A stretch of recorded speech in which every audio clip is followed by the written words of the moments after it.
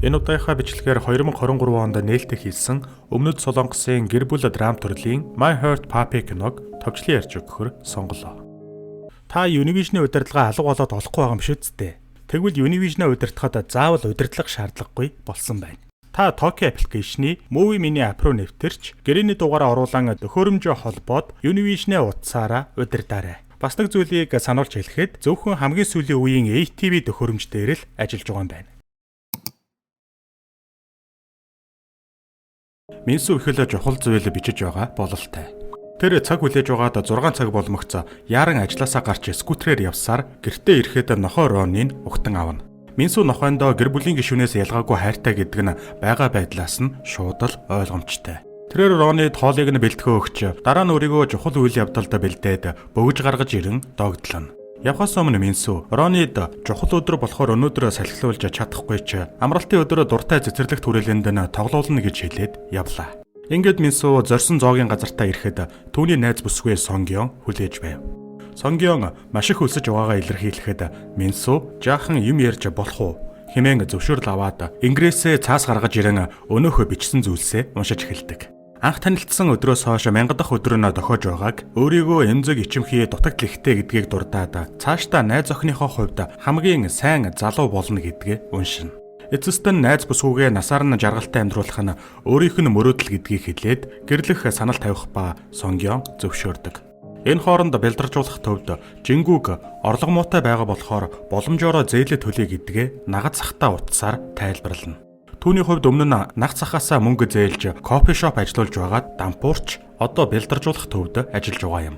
Бага байдалтай сэтгэл дундуур Жингүүг утсаа шүүгэрүүгээ шийтгэхэд санамсаргүйгээр шалан дээр унах ба шалгахад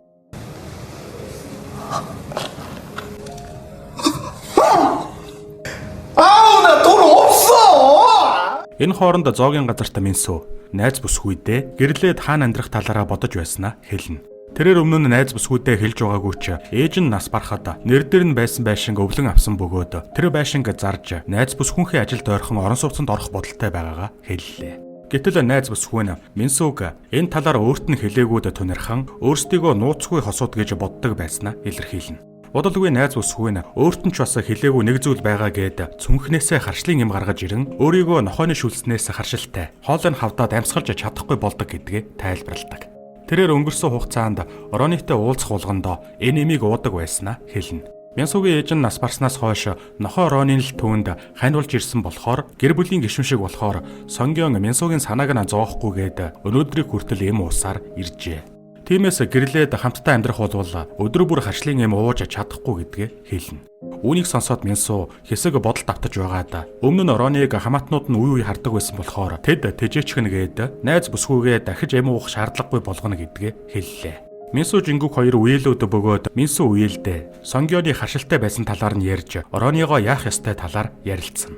Минсу хамаатнуудаас нь тэжээх хүн байгаа эсэхийг асуухад Жингүүг нагцнаар нь тус бүр өөрийн шалтгаантай байгаа болохоор одоогор хэнэн ч тэжээх боломжгүй гэдгийг тайлбарладаг. Эцэст нь Жингүүг өөрийгөө Instagram дээрээ 30 гаруй мянган дагагчтай хэмээн томорч зар тавин Роныг тэжээх сайн хүнийг хайж олох санаа гаргана. Гол асуудал нь Роныг яг л Минсу шиг хайрлах хүнийг олох явдал. Улмаар энэ санааг нь Минсу зөвшөөрнө. Шөнө нь Минсу гэртээ ирж Ронид түүнийг гэр бүл шигээ хайрлах хүн олдохгүй бол хамтдаа байх болно гэдгээ амладаг. Харин Жингүүг зараа оруулж түүний Instagram-д мэдээлэлүүд дараараасаа ирж Минсун гэх эмэгтэйтэй уулзахаар болов. Маргааш нь үеэлүүд Минсуны гэрт очиход тэрээр арай гэж хүүхдээ унтуулаад тэдэнтэй ярилцсан. Минсун тэдэнд хүүхэд нохойтой өсвөл дархлаа сайтай илүү нийгэмшсэн хүн болдог гэж уншсанаа хэлэх ба цаашдаа хүүхдээ ганцаардуулахгүй тулд нохой тэжээх бодолтой байгаагаа ярьж байтал гэнэт Жингүүгийн утсан дуугарч хүүхдийг нь сэрээчгдэг. Минсун хүүхдээ унтуулчихад буцаж ирээд ойртож зөөлөн ярихаар шийднэ. Минсун үргэлжлүүлээд найз нь нохойтойгоо ирэхэд хүүхэд нь яагаачгүй гэх мэтээр ярьж байтал энэ удаад Минсугийн утасны Роныгийн хуцах дуутай сэрвэлэг дугарснаар хүүхдийг нь дахиад сэрээчгэнэ.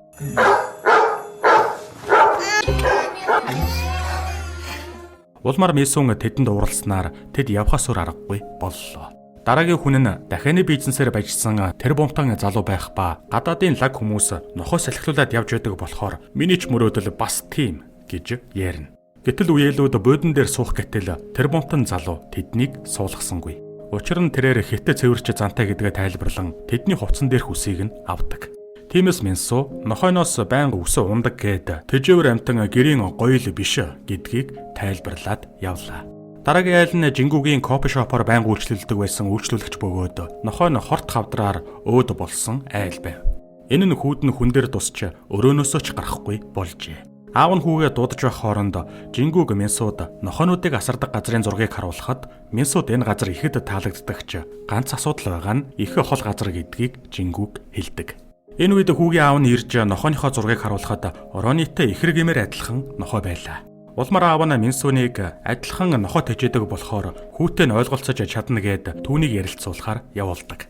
Минсуг очиход хүү хаалга тайлахгүй байсан тул тэрээр өөрийгөө адилхан нохойтой байснаа дурдаж нохот бүгд Деважин руу явдаг гэдгийг Деважингаас хүүг хараад нохой нь гуниглж байгаа гэдгийг ярьж хүүгийн сэтгэлийг нь хуваалцаж хаалгыг нь тайлуулан өрөөнд нь орлоо. Өрөөнд ороод Минсу Ронигийн зургийг харуулхад хүү өөрийнх нь нохой гэж бодно.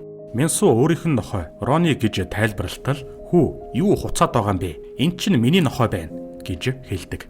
Улмаар тэд хэн хэнэн миний нохой гэж маргалцснаар хүү Минсуныг шанаатчихна. Гэтэл хүү бие хамгаалах урлагаар хичээлдэг болж таарах ба Минсу шарандаа миний нохой гэж хэлснээр хүү дахин шанаатдаг. Улмаар тэд муудалцаж хүү Минсуныг өчөж ухаан алдуулчихан тэр.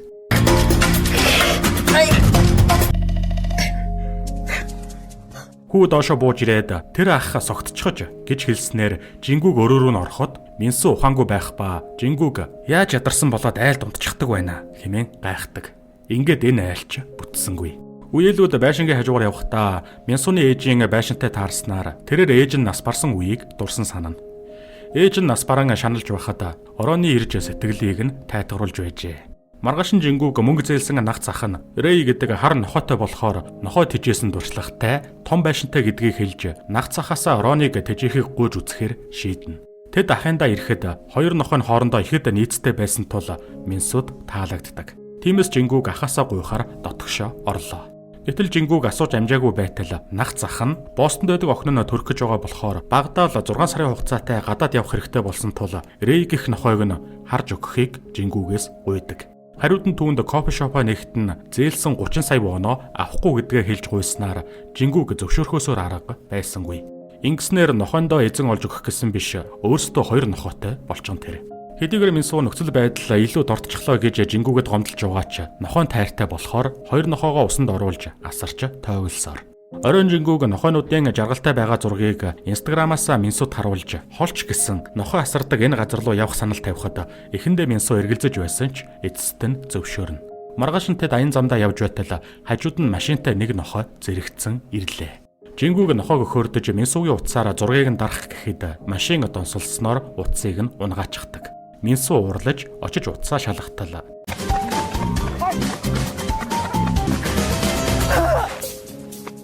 Жингүүг хэрэг хийсэндээ зугтааж машин дээрээ иртэл замын хажууд хайрцагтай зүйл хөдөлж байв.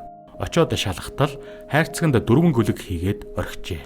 Улмаар үеэлүүд гөлөгнүүдийг авч ойрхон амтны хорогдох байранд даваачж өгөхөөр шийднэ. Ингээд тэд 6 нохойтой боллоо.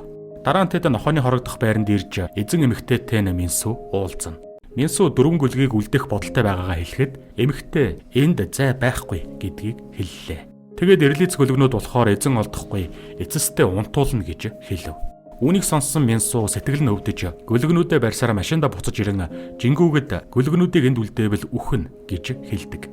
Жингүүг энэ олон гөлөгнүүдийг яаж тэжээхий? Ах нь орж ярилцъя да гэд дотгошоорно.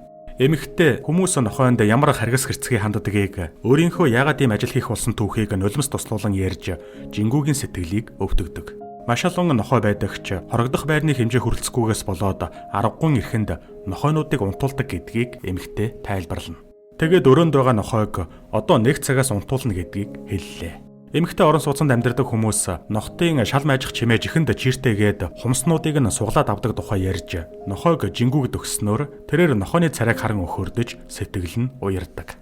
Ингээд гөлөгнүүдийг үлдээхийн тулд ярилцахаар орсон Жингүүг эсрэгээрээ дахин нэг нохойтой машин руугаа ирлээ.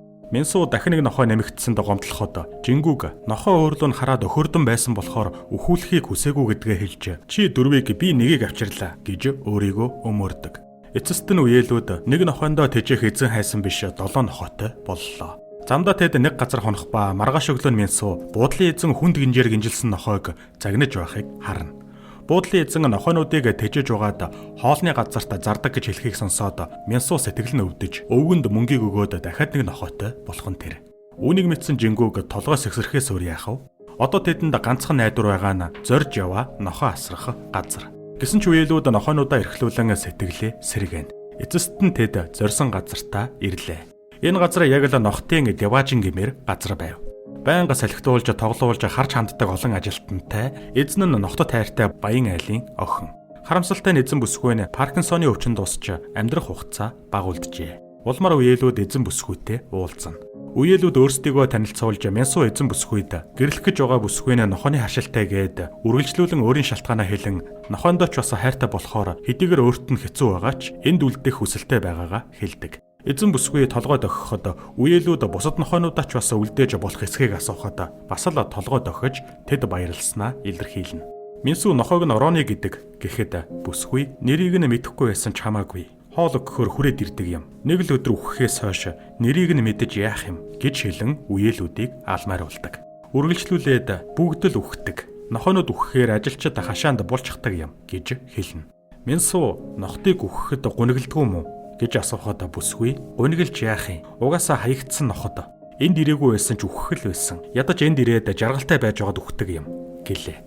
Тэгэд бүсгүй ноходдоо гэр бүл шиг хандаасаа гэж хүсэж байна уу? Гэр бүл шиг хандах хүн гэр бүлийнхнээс нь өөр байдаггүй юм. Бас шинэ гэр бүлтэй болох гээд гэр бүлийнхээ гишүүнийг хайж байгаа бол та нар угаасаа гэр бүл биш.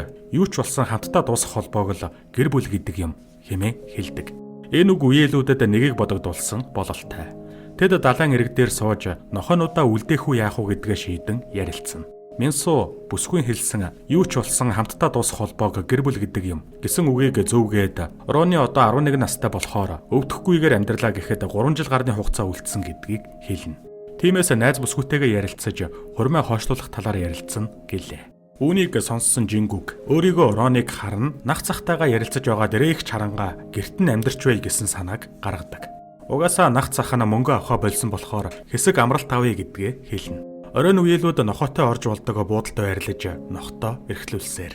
Дараа нь Жингүүг кофе шопоо дахин нээж бүхэн нохтой тэндэ байлгана. Үйлчлүүлэгч нараа нохтыг нөхөрдөж тоглох болно гэж хэлснээр Минсу кофе шопт нь тоног төхөөрөмжийг нь авч өгөхөр болдог. Маргааш нь тэд нах цахихаа байшинд ирж Жингүүг ноходтойгоо үлдэж Минсу явна. Минсу гэртээ ирээд Ороныгийн орон зай хоосон байгааг мэдэрч гуниглдаг. Өглөөрт Минсу ээжийнхээ байшинд очиж хашааныхаа ургамлыг хадаж цэгцлэнэ. Дараа нь тэрээр найз бүсгүүрүүгээ байшингийнхаа хаягийг явуулж уулзахыг хүсдэг. Найз бүсгүй нь ирэхэд Минсу түүнд ургамлаар зүрх үүсгэж гинтийн бэлэг барьж дараа нь энэ байшингаа засаад Оронытойгоо хамтдаа бүгдээрээ амьдрал ямар вэ гэж асуув. Тэгээд хашаан дотроо дахин хашаа барьж Оронид тусдаа амьдрах үүр барина гэдгээ тайлбарласнаар сонгион зөвшөөрдөг. Баярлсан Минсу найз бүсгүйтэй байшингаа танилцуулна. Найз бүсгүй нь энэ ээж нь ч нөрөө юу гэж асууснаар Минсу гуниг давтлаа. Найз бүсгүй нь үсийг нь илэнгэ Минсуныг үнэхээр цайлган, сайхан сэтгэлтэй дулаахан хүн. Тийм биш бол Ороныг явуулчихл байсан. Энэ байшиндаа ч эргэж ирэхгүй байсан гэдгийг хэлдэг. Тэрээр Минсуны зоригтой шийдвэрийг нь үнэлж, ирээдүйд хүүхэдтэй сайн эцэг байж, гэр бүлээ сайн хамгаалах юм байна гэдгийг нь ойлгосноо илэрхийллээ. Үргэлжлүүлээд ирээдүйд хүүхэдтэй болж, энэ байшинд зөндөө жаргалтай дурсамж бүтээж, Минсуг дахиж энэ байшингаас гуниг мэдрэхгүй гэж хэлэн, хосууд гар барьцгааж ээжийнх нь өрөөрөө орно. Хожим Жингүүг нохойнуудтайгаа нах цахихаа байшинд тоглож байхад Минсу ирснээр Ороны түн рүү очиж тэд жаргалтайгаар тэврэлцснээр кино төгсдөг.